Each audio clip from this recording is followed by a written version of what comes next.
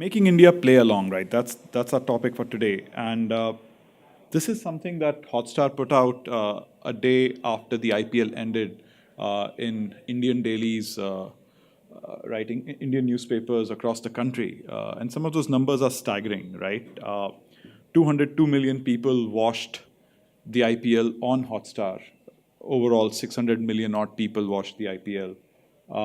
We hit a concurrent record of 10.3 million. Just to put things in perspective, take all the streaming services in the world put together. They do not do 10.3 million concurrents at any point of time. 10.3 million people were online watching the IPL finals at the exact same moment. That, by the way, pretty much consumes all of India's internet bandwidth, right? India's entire internet pipeline at that point was on Hotstar watching IPL. You couldn't run a Google search at that point on your phone. During this point, we had this game called Watch and Play, in which you had to predict what was going to happen on the next ball. And about 2.1 billion questions were answered during this 45-day period. And we had a way for users to express their emotions. We had emojis at the bottom tray that you can see here, and about 2.4 billion emojis were put out by users, right? And in those days, 45 days, 34 million Indians played Watch and Play, right? So what does it take? What does it take to get 34 million people to play one single game, right? And for these things, whenever you're building a very mass game, whenever you're building a game which you want a lot of people to play, what you have to crack is you have to crack simplicity. You have to crack a very deep insight into what would make people come to this game and play it, right? And in our case, that insight was very clear. Indians are armchair critics. Indians love predicting what's going to happen next, and most Indians think of themselves as cricket gurus, right? Whenever it comes to anything to do with cricket, we all have an opinion.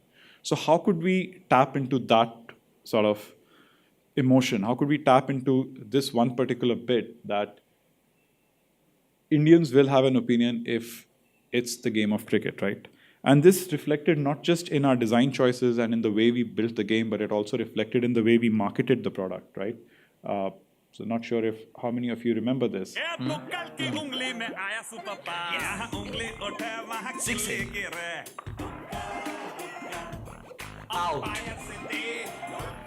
इसमें कौन सी बड़ी बात है? ये तो सब करते हैं। तो हमने कब मना किया? इसलिए तो बनाया है watch and play on Hotstar. इस बार वीवो आईपीएल देखो भी, खेलो भी। तो अब दिखाओ अपना super power on Hotstar. Vivo IPL on Hotstar. खेल देख, गेम दिखा। And that bit, right? Khel dekh, game dikha. Sort of that's the core insight right there. That if every Indian has an opinion on cricket, how do you get them to express that opinion, right? And this is sort of the common trend that we have identified. On a video OTT platform, what you're essentially doing is consuming content, right? You're watching a game, you're watching Game of Thrones, you're watching a Saas Bahu show. Doesn't matter what you're watching, you're consuming something. But there is no way for you to react to what you're watching, right? There's no way. So if you're unhappy with the way Virat Kohli got his partner run out, you will go on Twitter or on Facebook to express that anguish. So you'll essentially switch tabs. You will minimize the Hotstar app, open up another app, and then express your anguish, right, on a completely different medium. And that's sort of preposterous, right? There's no need for that. If you're watching the game on Hotstar or if you're watching it on TV, why not express your opinion right there and then, right? So that's sort of the first bit. How do you react to what you're watching?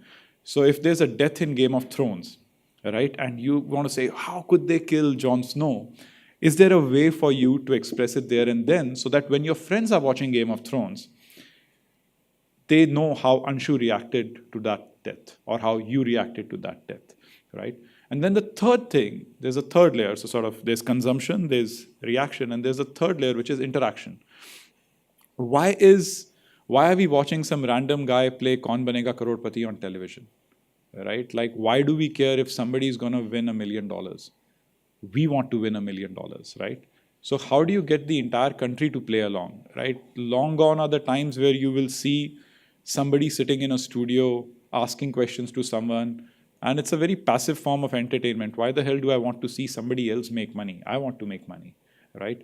And that's sort of the third layer, which is that all content on OTT platforms will become immersive and will become interactive, where you will actually play along. You will have a chance to win that 1 crore rupees. You will have a chance to answer all those questions. And you can see that already a bunch of the other video OTT players are now moving into a place where this time, for example, on Sony Live, you could play KBC along with the television, right? And this is the space where most video OTTs will move, right? Which is you can consume, you can react, and then you can interact with the content and actually change the way the content's going on. And this has been happening for a while, right? You watch the game on Star Sports and the guy says, hey, express your opinion by taking this poll on Twitter. Why the hell should that poll be on Twitter when that poll can happen on Hotstar, right? So this is the direction that we want to move in, where all these three layers and the fact that these experiences can be turned into social experiences, that these experiences can be turned into community-driven experiences can all happen inside Hotstar, right? The design principles for building something which is so massy are pretty straightforward, right? You have to remember that the main intent is still consumption. You're still watching a match. The game that you're playing, watch and play, is not the main thing. You still want to see CSK win over Mumbai Indians, right? And if you're doing that, then the game is a complementary product, right? It's play along, but you're still watching the match. And this bit was very clear to the entire design team that the match is the hero, right? What you're building is a play along experience. So your game or any other experience that you build around the content cannot distract from the content, right? The second bit is also incredibly important, that attention is currency. So whenever your user has to take, your player has to take an action, your design has to enable sort of easy recall. Your UI has to be incredibly simple. It has to be built of symbols and sort of iconography, which is easy to remember, easy to identify, so that your user doesn't have to look at the buttons each time and say, oh, which one should I press? It should be extremely intuitive for the user.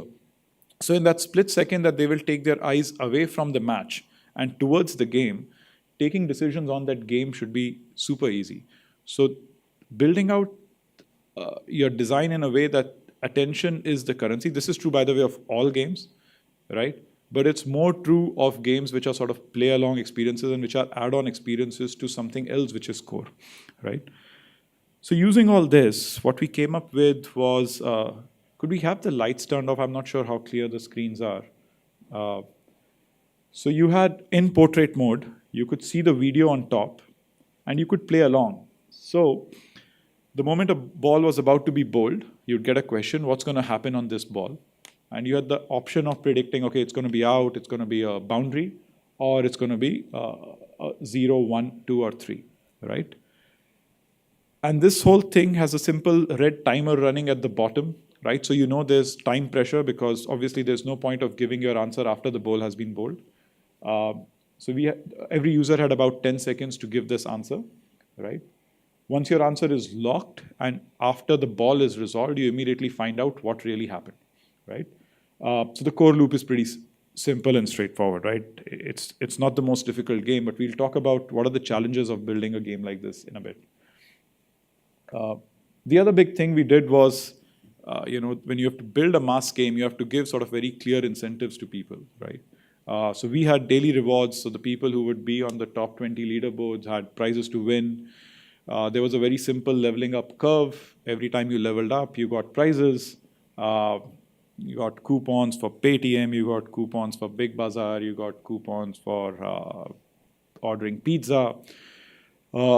You could see friend leaderboards. So if you had logged in using Facebook, you could see how you were performing as opposed to your friends. You could see a global leaderboard. So essentially pretty much things you would see in any other game, right? And this was, as I said, 2018 was step one for us in terms of building these deep social experiences. And this is pretty much sort of the overall core loop, right? You build a simple game which works as a play along. You add clear incentives for your users, and you make them genuinely compete and make things simple for them, right? Again, remember, this is a mass game. You're making a game where the entry to barrier is 0. You can pretty much see the very first question and you know how to play this game, and you click an answer and that's it. You've already learned the game, right? And this bit is also very critical. Being able to build games where the entry barrier is low, right? Because you could have more complex and complicated games, but they'll never really become mass games, right? Now let's talk about the challenges, right? So what's the big deal? What's the big deal with having a game which has tens of millions of people playing it together, right? There are a lot of big games around the world which have DAU of the order of 10 million, 20 million, 40 million. The problem is concurrency, right? Even the largest MMORPG has only a couple of 100,000 players playing it in any given minute. There are never millions of people playing it. So even your DAU is spread across the day, right? Now, what happens when a question is asked simultaneously to 10.3 million people and they record their answer within a few seconds of each other, right? And that kind of concurrency is unheard of in the gaming world. That kind of concurrency nobody in the gaming world deals with, right? Because most people have session-based issues. So if you're playing poker, it's turn-based. And there are different instances of the game that have been created, which makes life much simpler. Here, there is one single instance of the game, which is being played by 10.3 million, at peak 10.3 million people, right? So dealing with this concurrency means that your standard ways of thinking about what, as a game, it's very simple. I ask a question, you answer, I record your answer, and then I tell you whether you're right or wrong. But when a few million people are giving me the answer simultaneously, it just changes the script on its head, right? The other big thing is that you are playing along to a live event, which is actually never live. So a game is shot in the stadium. The stream is captured at the stadium. It is shown on Star Sports with a certain amount of lag, typically 7 seconds. It goes to Tata Sky at a different lag. It goes to Hotstar with a different lag. Based on which IP you're using and which internet provider you're using and what kind of phone you have and which part of the country you're in, the kind of latency you have, you will see it at a different lag. Which means all those 10.3 million people are getting this at different time instances. So there is no one global time at which everyone's getting. And we, by the way, built both the play-along version of this game, which is that you could watch the game on TV and play the game on your phone, and so which is a second screen experience, and the first screen experience, which is you're watching the game on Hotstar and watching the cricket game on Hotstar and playing watch and play on Hotstar, right? So imagine being able to sync across all these things. The same ball is being bowled, and a ball is typically bowled in about 40 seconds. It's bowled, it's resolution, everything happens. Entire cricket over in a T20 match only lasts for about 270 seconds, right? So you can do the math with 6 or 7 balls.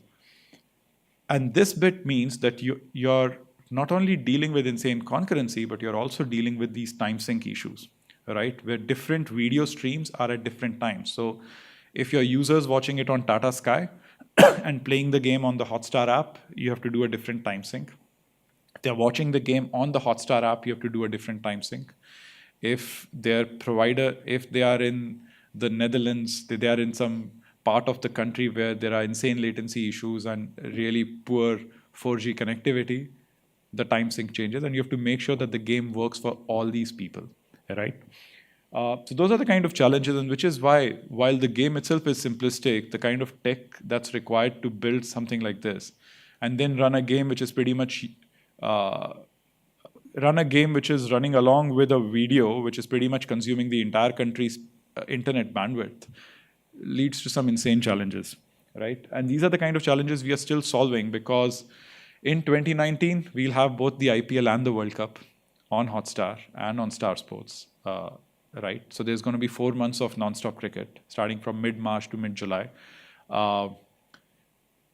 The 150 million monthly active users that we have right now will become 300 million monthly active users, right? The reach that you saw, which was 200 million last time, would become way, way larger, right? Which just means that at that point, again, we'll use up India's entire internet bandwidth. And hopefully India's internet bandwidth would have slightly gone up by that point. It should go up by about 33% by then. But you have to realize that at this point, our CDN providers like Akamai and everyone else is essentially, and AWS is shedding everyone else. They pretty much stop supporting everyone else in the country just so that they can support Hotstar at that point. Otherwise, there'll be a brutal end to India's internet at that stage. Right, so building for these challenges, right? So building this sort of an architecture is just insane. And then you don't just want this to run on live sports, and that too live sports cricket. You want it to run for all live events, not just sports. And then you want it to run for all video on demand. As I said, I want this to run on Game of Thrones, right? I want people to watch a Sas Bahu show and say whether they would like this particular actress to continue as the Bahu on this show or not.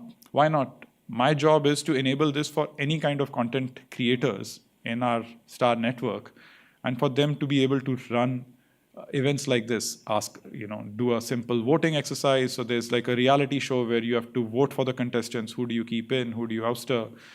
To playing Kaun Banega Crorepati or any sort of quiz show or game show, to any live event, right?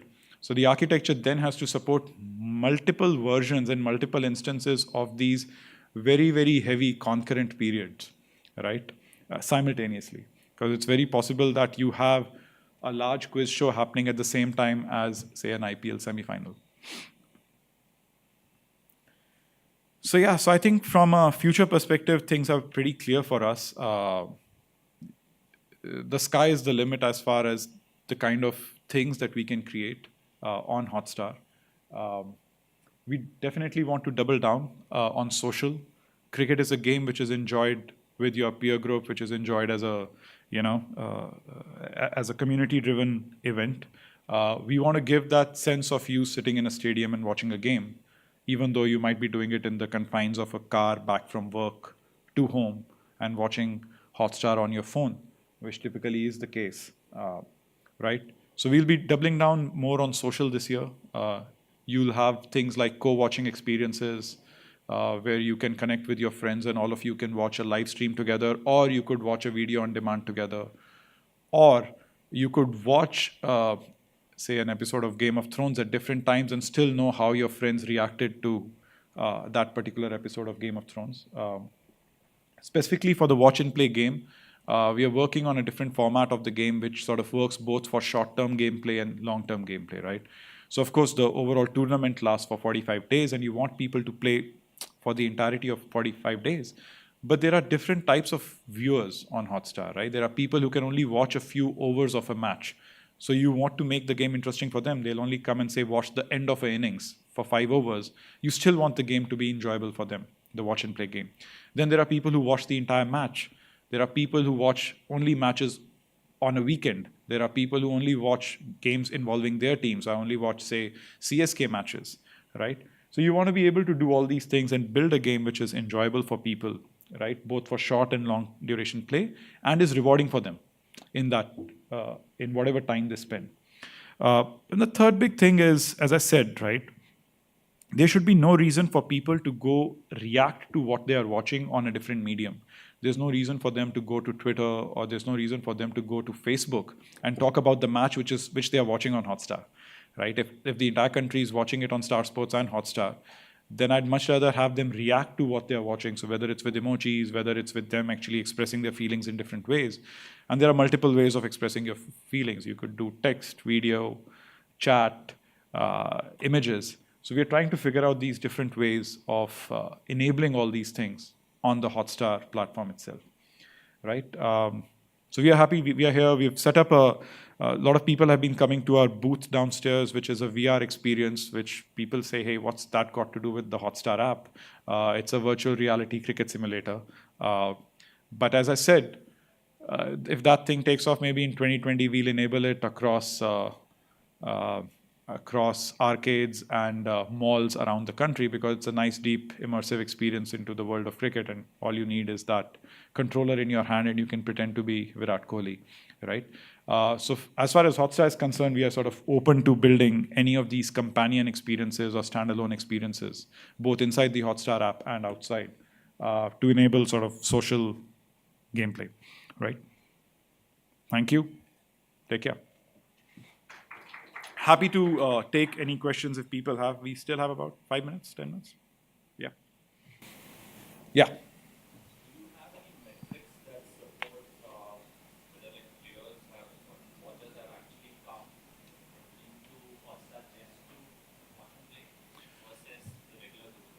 So, yeah, absolutely. See, it's the biggest show on earth anyway, right? So I'm not worried about growth, right? Growth is not the reason why you build a feature like this. Because 200, I could not do this in 2019 and still 300 million people will come on Hotstar and watch the IPL. The reason you do this is for other metrics like engagement, right? You do this for more watch time. So the metric for us is, are people who are playing the game, watch and play, and watching a match, do they spend more time watching the match? Right? So the one metric that I live and die by, and which is true for everyone at Hotstar, is overall watch time.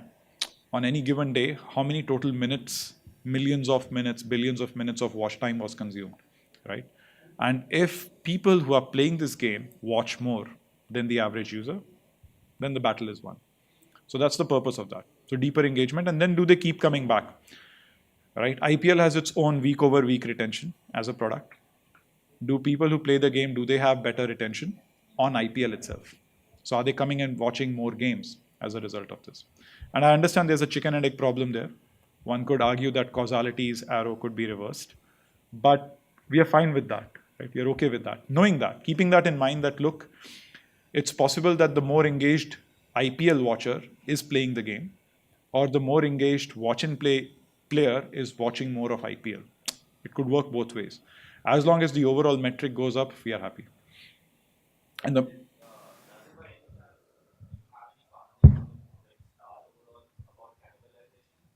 no. We sell ads together. So Star and Hotstar work very closely together.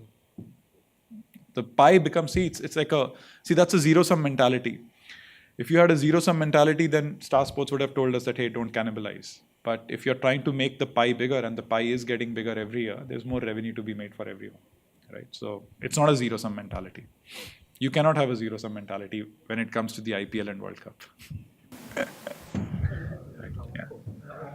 Yeah, go for it. In terms of your different time intervals, Yeah. and then you also have latency. Yep. So how do you manage to sync it all up so that it's, everybody's having the same experience and there's no lag between the input?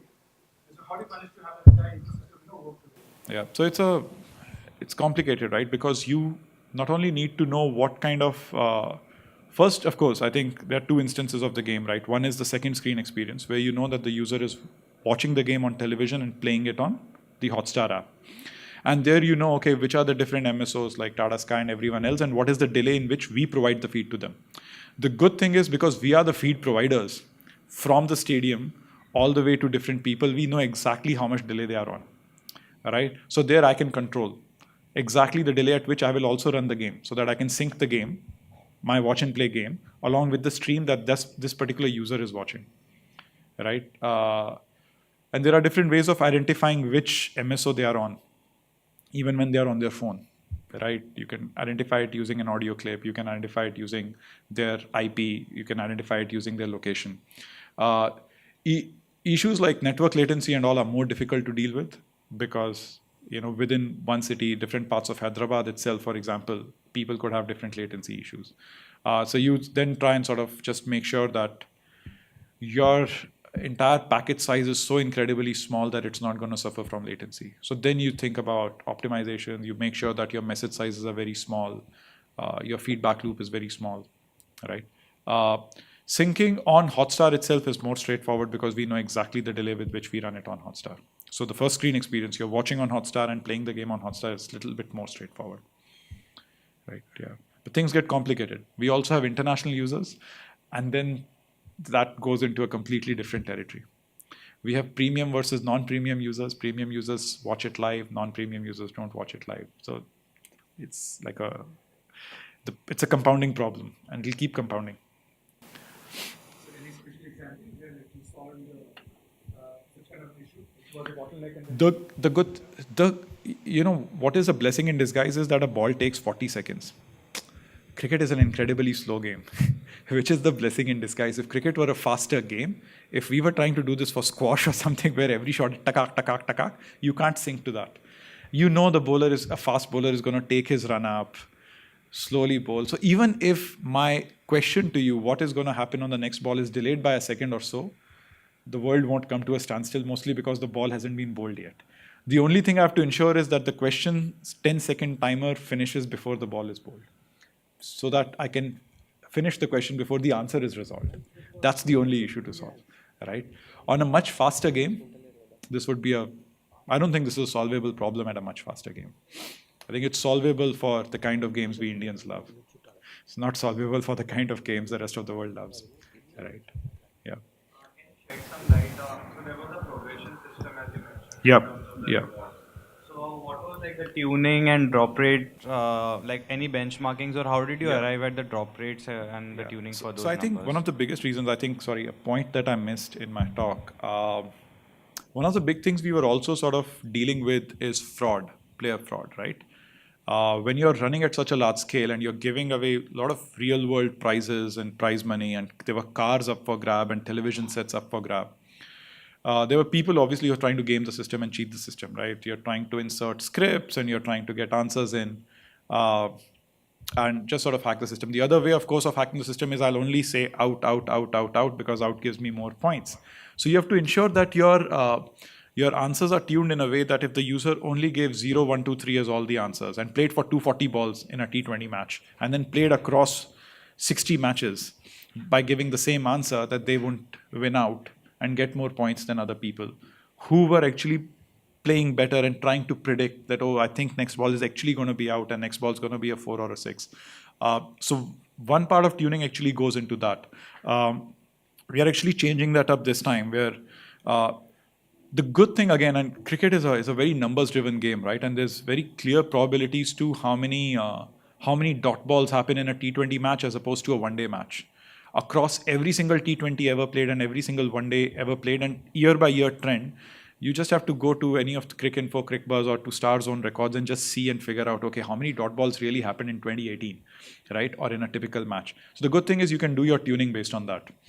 How many 4s and 6s are typically hit, how many outs really happen. And statistically, of course, we know there are only 20 wickets which can fall in 240 balls. So that's your upper limit of number of outs. But what is the average number of wickets which fall? How many more wickets fall in the last 4 overs as opposed to the rest of the match? Into this historic data. Absolutely, And then, yeah. So you do a lot of tuning based on this. One, to avoid fraud and cheating, right? Of people just trying to game the system. But other also because you want to reward the player for the right kind of answers. The next is the level tuning, which is more straightforward, because in our case, the game itself doesn't become more difficult as it goes on. It's a simple game, right? So the level curve is pretty much sort of a reward curve. And that's something, again, we are changing this year. We'll change the game to a more sort of, as I said, because we want to deal with different time frames. We're going to come up with something called a round system. So more limited short form gameplay. Yeah, I guess like the current system was a bit biased for the audience who watched the entire match and Absolutely. as you mentioned. So we were rewarding people more for playing the game more and watching more of IPL.